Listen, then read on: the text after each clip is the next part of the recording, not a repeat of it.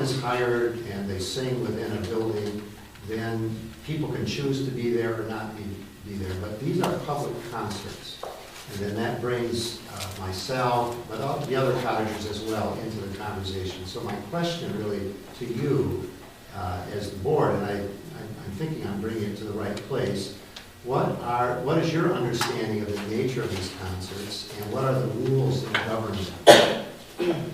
That's essentially the question. So I would like to hear from you what your understanding is, because I'd like to avoid having a situation like that happen again. Yep. I will only speak for myself and allow every board member to speak to you too, Tom. The way I understand is the Driftwoods had bands going on over there for years. I've been to them. Many of us in this room have been to them. We've all seen them. And I can't think of the name of the guy that performed that day, but it's just the type of what he does. Okay, right or wrong, it's common to wherever he goes. People turn out to hear him because he's funny. It's a little commentary with the whole thing. It's not the normal band that plays at the Driftwood. I did bring a copy of the noise ordinance, and I gave it to everybody here to review. I'll give you a copy this evening if you don't have one. And it talks about noise leaving your yard from after 11 o'clock to 7 in the morning, and it's pretty much an unenforceable piece of paper. And fortunately, we have a law officer here this evening that can either comment, or if he doesn't want to, I understand. But it's unenforceable on our part. There's nothing they will do as far, hang on now. There's nothing they will do as far as this noise ordinance. Now, what I can tell you is I've seen Don's bands and what he's done over there, and he follows the timelines when he's outside of the noise ordinance. So 11 o'clock, he shuts the band down. Now, the night this occurred, the crowd itself took up some money and tried to keep the guy going because they were enjoying what was going on over there. And again, I understand the language and what it was. I don't think it's the norm. Okay, so what I'm saying is I think Don and the outdoor band at the Driftwood, there's nothing that we have today or currently on the books that will stop that from happening. Now, what the intent of the future is of this board, it wouldn't start with us. It would start with the Planning Commission. If they intended to pass something to try to prevent that or stop that in the community, they would do that. Now, we could ask them or direct them to start looking at that. Okay. So you're not responsible, you don't feel accountable? No, we are accountable for everything that happens. This board is ultimately accountable. If we would ask the Planning Commission to start down that road and they refuse to do it, it would be our job to reappoint people to that board to make sure it happened. But yes, accountability lies here with this board.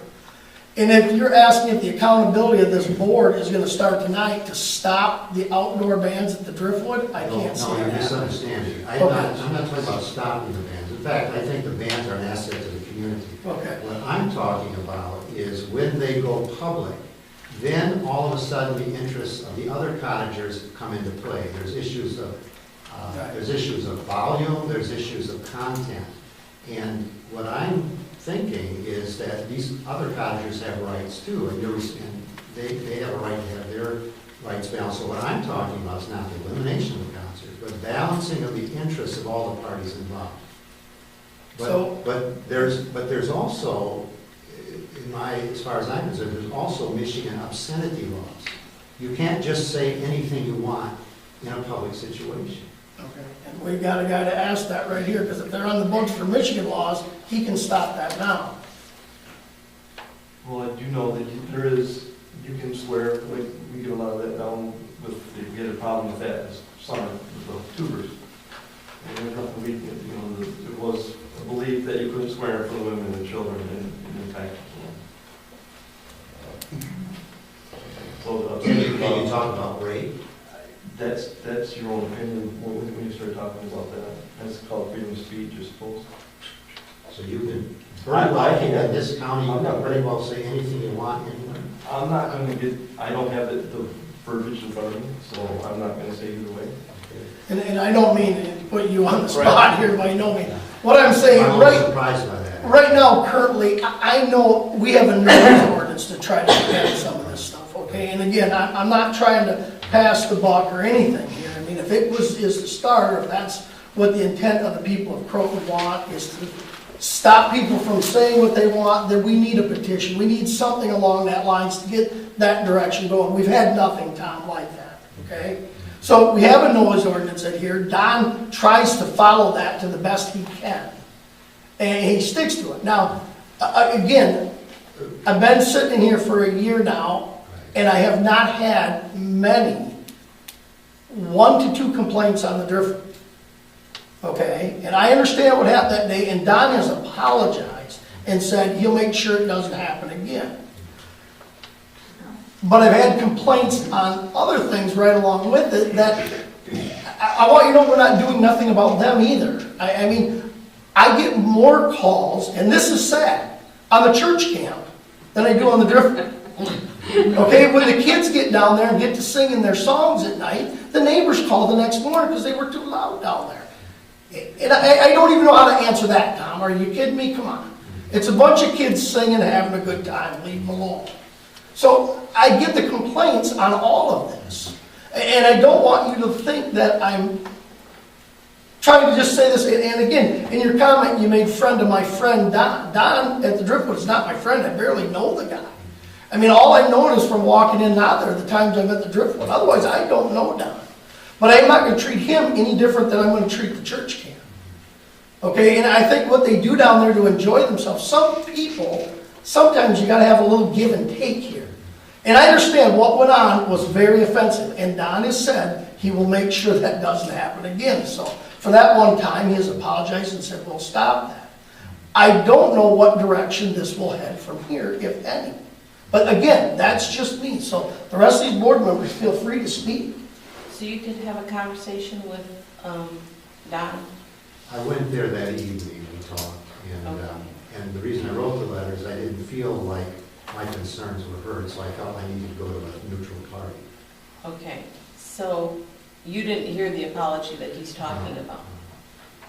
And what I'm really after here is, look, I love our place. We bought the old money place. We're building it up. We want to make this a place for my family, for my children, my grandchildren. So I want it to be a safe place. I want it to be a good place. And I want to have the confidence that, that there are some restrictions in this case on what can happen there. So that's really what I'm after. And I guess what I'm looking for is when the speakers are contracted, someone's got to tell them these are public concerts. There's all, you know, there's 100 other people all around that are going to hear what's going on there.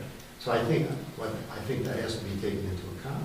These are not private concerts; they're out in the public. Tom, in your conversation with Don, did you ask him to, if he has that gentleman or any band like that, to keep that inside and not have it outside? No, we didn't say that. No. What do you want to wear? That could be one way, you know, if he's going to have a band like that, to have it inside and not, and the people that want to hear it have to stay inside, rather than on the deck. I guess I don't understand. Did you not know that they did bands at the Driftwood before you bought the house?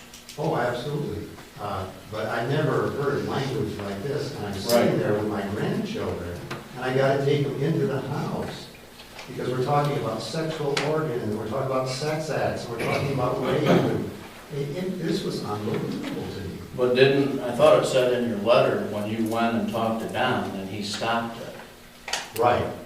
But then the person announced, he said, we have to stop now because a neighbor complained. Mm-hmm. And again, I felt that was inappropriate because first of all, it was an hour and a half beyond the stated time. So I felt in that sense, with a group like that, why would you bring the neighbor into it? It wasn't really about, it was about other things, really. Yes, I complained, but I complained because I think it was out of line. Right, but do you think Don went up there and told the guy, announced, you know, I mean, it doesn't seem to me like you're giving Don a chance to correct the situation and let's sit back and see what happens. You know what I mean? It doesn't seem like we're doing that. It seems like we're, okay, we talked to Don, he stopped